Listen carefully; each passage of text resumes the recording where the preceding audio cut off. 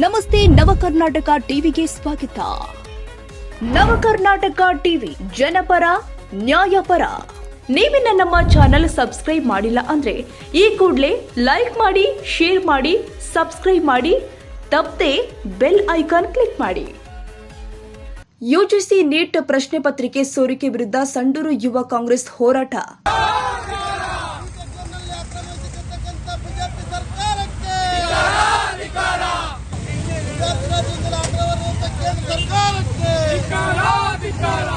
ಸಂಡೂರು ಪಟ್ಟಣದ ಪ್ರಮುಖ ಬೀದಿಗಳಲ್ಲಿ ಬ್ಯಾನರ್ ಹಿಡಿದು ಕೇಂದ್ರ ಸರ್ಕಾರದ ಆಡಳಿತ ವೈಫಲ್ಯ ಕುರಿತು ಘೋಷಣೆ ಕೂಗುತ್ತಾ ತಾಲೂಕು ಕಚೇರಿಯ ತನಕ ತೆರಳಿ ತಹಸೀಲ್ದಾರ್ ಅನಿಲ್ ಕುಮಾರ್ ಅವರಿಗೆ ಮನವಿ ಪತ್ರ ಸಲ್ಲಿಸಿದರು.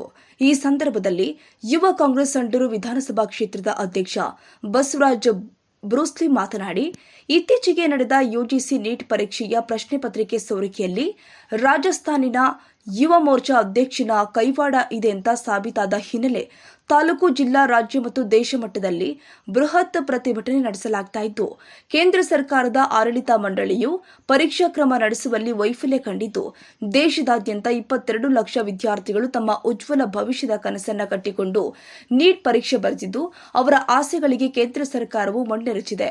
ಕೂಡಲೇ ತಮ್ಮ ಸ್ಥಾನಕ್ಕೆ ರಾಜೀನಾಮೆ ಕೊಡಬೇಕು ಮತ್ತು ತಪ್ಪಿತಸ್ಥರ ವಿರುದ್ಧ ಕಾನೂನು ಕ್ರಮ ಕೈಗೊಳ್ಳುವಂತೆ ಆಗ್ರಹ ಮಾಡಿದರು. ಈ ದಿನ ನಿನ್ನೆ ನಡೆದಂಥ ಪತ್ರಿಕೆ ಸೋರಿಕೆಯಲ್ಲಿ ಇದೇನು ಹೊಸದೇನಲ್ಲ. ಈ ವರ್ಷದಲ್ಲಿ ಸತತ 10 ವರ್ಷದಿಂದ 98 ಬಾರಿ ಪತ್ರಿಕೆ ಸೋರಿಕೆಯನ್ನು ಮಾಡಿದ್ದಾರೆ. ಮೊದಲನೇದಾಗಿ ರಾಜಸ್ಥಾನದ ಯುವ ಮೋರ್ಚಾ ಅಧ್ಯಕ್ಷರವರು ಕಳೆದ ವರ್ಷ ಅವ್ರದ್ದು ಸಂಬಂಧಿಕರೇ 4 ಜನ ಪಾಸ್ ಆಗಿದ್ದಾರೆ ನೀಟ್ನಲ್ಲಿ. ಅಂದರೆ ಅವರು ಮೊದಲಿಂದ ಲಿಂಕ್ ಇದೆ ಅವರು. ಇವತ್ತು ಈ ತೊಡವು ಸಿಕ್ಕಿದೆ ಅವ್ರದ್ದು. ಇದು 22 ಲಕ್ಷ ವಿದ್ಯಾರ್ಥಿಗಳಿಗೆ ಅನ್ಯಾಯ ಮಾಡಿರತಕ್ಕಂಥ ಕೇಂದ್ರ ಸರ್ಕಾರ ಮೋದಿಗೆ ನೇರವಣೆ. ಮೋದಿ ನಿಮ್ಮ ಕೈಲಿ ಆಗಿಲ್ಲ ಅಂದರೆ ಕೂಡಲೇ ರಾಜೀನಾಮೆ ಕೊಡಿ. ಆಮೇಲೆ ಕೇಂದ್ರ ಸಚಿವ, ಶಿಕ್ಷಣ ಸಚಿವ ಅವರು ಕೂಡ ರಾಜೀನಾಮೆ ಕೊಡಿ. ಇದು 10 ವರ್ಷದಿಂದ 98 ಬಾರಿ ಪೇಪರ್ ಲೀಕ್ಔಟ್ ಆಗಿದೆ. ಅಂದ್ರೆ ಇದು ಸೈನ್ಸ್ ಮಾಡತಕ್ಕಂಥ ವಿದ್ಯಾರ್ಥಿಗಳಿಗೆ ಜೀವನದಲ್ಲಿ ಚಲಾಟಾಡಿ ಇಡೀ ದೇಶದಂತ ಚಲಾಟಾಡಿ. ಇದು ಒಂದೇ ರಾಜ್ಯದಲ್ಲಿ ಸಿಕ್ಕಿಲ್ಲ. ರಾಜಸ್ಥಾನದಲ್ಲಿ ಸಿಕ್ಕಿದೆ, ಮಹಾರಾಷ್ಟ್ರದ ನಾಸಿಕ್ನಲ್ಲಿ ಸಿಕ್ಕಿದೆ, ಹರಿಯಾಣದಲ್ಲಿ ಸಿಕ್ಕಿದೆ, ರಾಜಸ್ಥಾನದ ಮತ್ತೆ ಮಧ್ಯಪ್ರದೇಶದಲ್ಲಿ ಸಿಕ್ಕಿದೆ. ಇವು ಬರೀ ಬಿಜೆಪಿ ಕೈಯಲ್ಲಿ ಯಾಕೆ ಸಿಗ್ತಾ ಇದೆ? ಇದು ನಡೆಸತಕ್ಕಂಥ ಉದ್ದೇಶ ಏನು? ವಿದ್ಯಾರ್ಥಿಗಳಿಗೆ ಅವರು 1 ವರ್ಷದಿಂದ ಸೈನ್ಸ್ ಮಾಡೋ ಸೆಕೆಂಡ್ PUC ಓದತಕ್ಕಂಥ ಸೈನ್ಸ್ ವಿದ್ಯಾರ್ಥಿಗಳು ಅದಕ್ಕೋಸ್ಕರನೇ ಸ್ಪೆಷಲ್ ಕ್ಲಾಸ್ ತಗೊಂತಾರೆ. ಇಡೀ ದೇಶದಂತ ಸ್ಪೆಷಲ್ ಕ್ಲಾಸ್ ತಗೊಂಡು ಪಾಠ ಮಾಡ್ತಾರೆ. ಅಂತರದಲ್ಲಿ ನೀವು ನಿಮ್ಮ ಯುವ ಮೋರ್ಚಾ ಅಧ್ಯಕ್ಷಗಳು ಮತ್ತು ನಿಮ್ಮ ಯುವ ಕಾಂಗ್ರೆಸ್ ಬಿಜೆಪಿ ಲೀಡರ್ಗಳಿಗೆ ನೀವು ಪ್ರಶ್ನೆ ಪತ್ರಿಕೆ ಸೋರಿಕೆ ಮಾಡ್ತೀರಂದ್ರ ಮತ್ತೆ ಯಾಕೆ ನಡೆಸ್ಬೇಕು ಈ ನೀಟ್ ಎಕ್ಸಾಮು? ಈ ಕೂಡಲೇ ನಮ್ಮ 2024ನಲ್ಲಿ MK ಸ್ಟಾಲಿನ್ ಅವರು ತಮಿಳುನಾಡಿನಲ್ಲಿ ಬ್ಯಾನ್ ಮಾಡ್ಬೇಕಂತೇಳಿ ನೀಟ್ ವಿರುದ್ಧ ಹೋರಾಟ ಮಾಡಿದ್ರು. ಅದಕ್ಕೆ ನಾವು ಸಹಮತ ಕೂಡ ಇದೆ ಯುವ ಮೋರ್ಚಾ ಕಡೆ, ಕಾಂಗ್ರೆಸ್ ಕಡೆಯಿಂದ.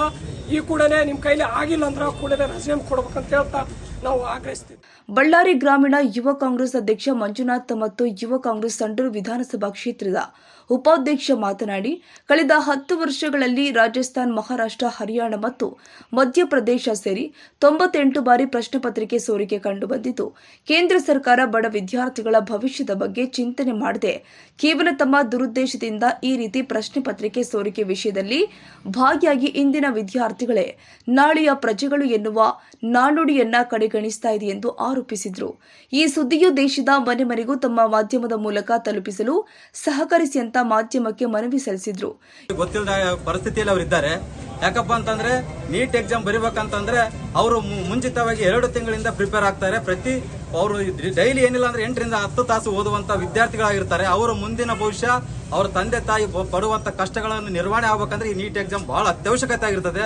ಹಂಗಾಗಿ ಅತಿ ಹೆಚ್ಚು ಈ ನೀಟ್ ಎಕ್ಸಾಮ್ ನಲ್ಲಿ ಬಡವರೇ ಪಾಲ್ಗೊಳ್ಳೋದು. ಯಾಕಪ್ಪ ಅಂದ್ರೆ ಅವ್ರ ಮುಂದೆ ಡಾಕ್ಟರ್ ಆಗಿರ್ಲಿ, ಇಂಜಿನಿಯರ್ ಆಗಿರ್ಲಿ, ಒಂದು ಉನ್ನತ ಕೋರ್ಸಿಗೆ ಓದಕ್ಕೆ ದುಡ್ಡು ಕಟ್ಟಕ್ಕಾಗದೇ ಇರಬಹುದು. 50 ಲಕ್ಷ ಗಟ್ಟಲೆ, ಕೋಟಿ ಗಟ್ಟಲೆ ದುಡ್ಡು ಇರೋದ್ರಿಂದ ಅದು ಶ್ರೀಮಂತರಿಗೆ ಮಾತ್ರ ಸಾಧ್ಯವಾಗೋದು, ಬಡವರಿಗೆ ಅಸಾಧ್ಯವಾದಂತ ಆಗಿರೋದ್ರಿಂದ ನೀಟ್ ಎಕ್ಸಾಮ್ಗೆ ಬಹಳ ಒತ್ತು ಕೊಡ್ತಕ್ಕಂಥ ವಿದ್ಯಾರ್ಥಿಗಳಲ್ಲಿ ಇವರು ಚೆಲ್ಲಾಟ ಆಡಬಾರ್ದು. ಯಾಕಪ್ಪ ಅಂದ್ರೆ ದೇಶ ಇವರು ನಡೆಸಬೇಕಾಗಿರ್ತಕ್ಕಂಥ ಮೋದಿ ಅವರು ವಿದ್ಯಾರ್ಥಿಗಳೇ ಚೆಲ್ಲಾಟ ಆಡ್ತಾರೆ ಅಂತಂದ್ರೆ ನೀವು ಎಷ್ಟು ಅಸಮರ್ಥರಿದ್ದೀರಿ ಎಂಬುದು ಇಡೀ ದೇಶ ಇವತ್ತು ಕಣ್ಣು ಮುಚ್ಚಿಲ್ಲ ನೋಡ್ತಾ ಇದೆ.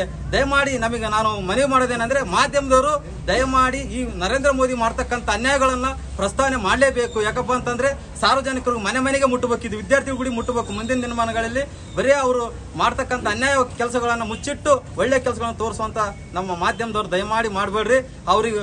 ಅವ್ರು ಮಾಡ್ತಕ್ಕಂಥ ಅನ್ಯಾಯವನ್ನು ಪ್ರಸ್ತಾವನೆ. ಈ ಸಂದರ್ಭದಲ್ಲಿ ಯುವ ಕಾಂಗ್ರೆಸ್ ಸಮಿತಿಯ ಗ್ರಾಮ, ತಾಲೂಕು ಮತ್ತು ಜಿಲ್ಲಾ ಘಟಕದ ಪದಾಧಿಕಾರಿಗಳು ಮತ್ತು ಮತ್ತಿತರರು ಭಾಗವಹಿಸಿದ್ರು.